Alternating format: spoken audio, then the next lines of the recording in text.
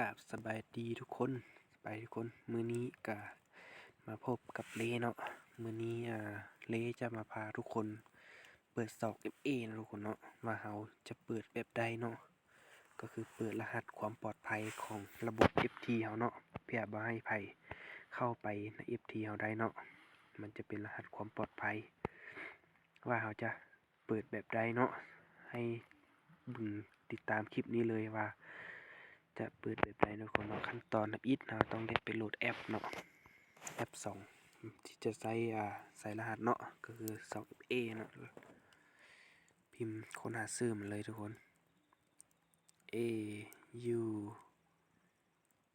มันเป็น I เนาะ AUT T hash E N T I G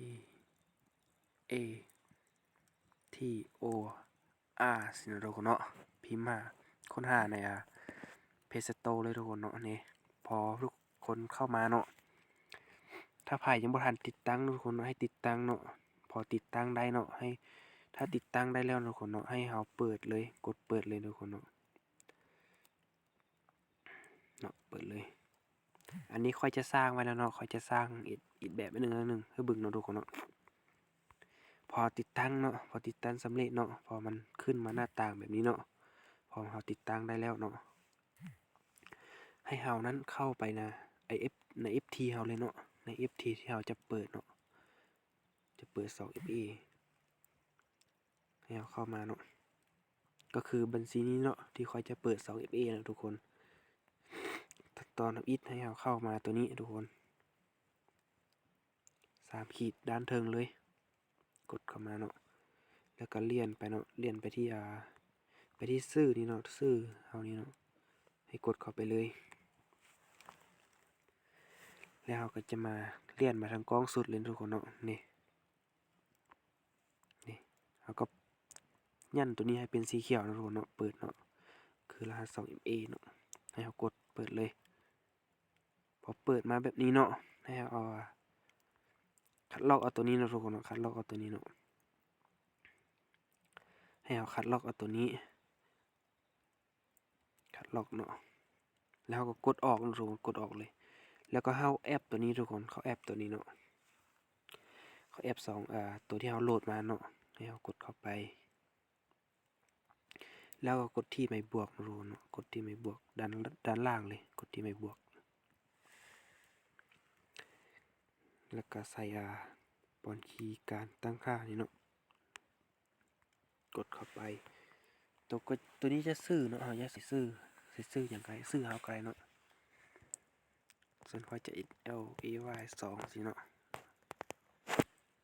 ตัวลิงก์ที่เราคัดลอกมาทุกคนเนาะให้เราวางในรหัสของคุณเนาะให้เราวางแบบนี้เลยแล้วกดเพิ่มนะทุกคนกดเพิ่มมันเพิ่มแล้วมันจะขึ้นมาแบบนี้เนาะขึ้นมาตัวนี้เลยพอขึ้นมาเนาะให้เราเข้าในอันนี้เนาะใน FT เขาเนาะให้เราใส่รหัสเนาะรหัสผ่านนั่นทุกคนเนาะ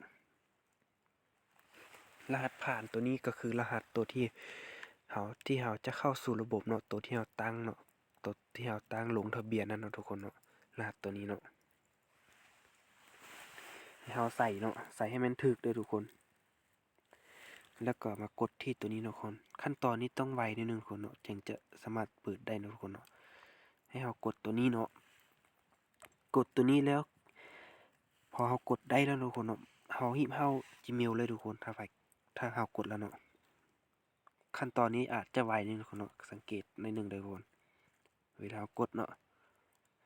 กดตัวสีเหลืองนี่เนาะโอเค1 นาทีเนาะให้เราเข้าอีเมลเนาะเข้า Gmail เนาะนี่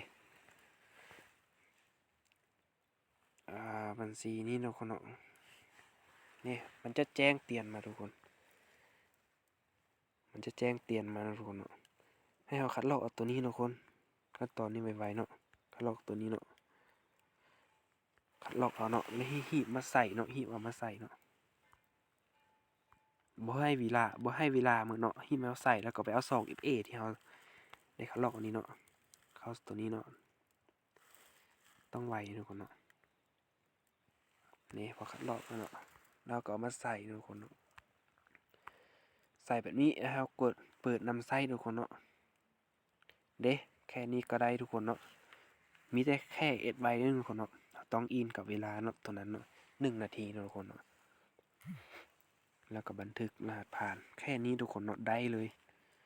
สำหรับวิธีการเปิด 2FA ทุกคนก็มีประมาณนี้ทุกคนเนาะมันจะใส่ให้เราคีบเวลาเรายันกดตัวสีเหลืองให้เราหีบเข้าไปอีเมลเนาะเข้าไปเอารหัสตัวนั้นทุกคนเนาะเข้าแล้วก็หีบเอามาวางใส่แล้วก็ไปเอา 2FA ทุกคนเนาะเอา 2FA ตัวที่เราดาวน์โหลดมาเนาะมันเราเวลาเราเพิ่มมาแล้วเด่นทุกคนพี่มาเข้าไปเนาะแล้วคัดลอกเอาแล้วให้เรามาวางทุกคนมาวางใส่แล้วมันก็จะได้ทุกคนเนาะสำหรับการเปิด 2FA ก็จะมีแต่ประมาณนี้ทุกคนเนาะถ้าไผ่ยังเปิดบ่ได้เนาะทุกคนเนาะทักมาหาค่อยได้เนาะค่อยสิพาเปิดเอง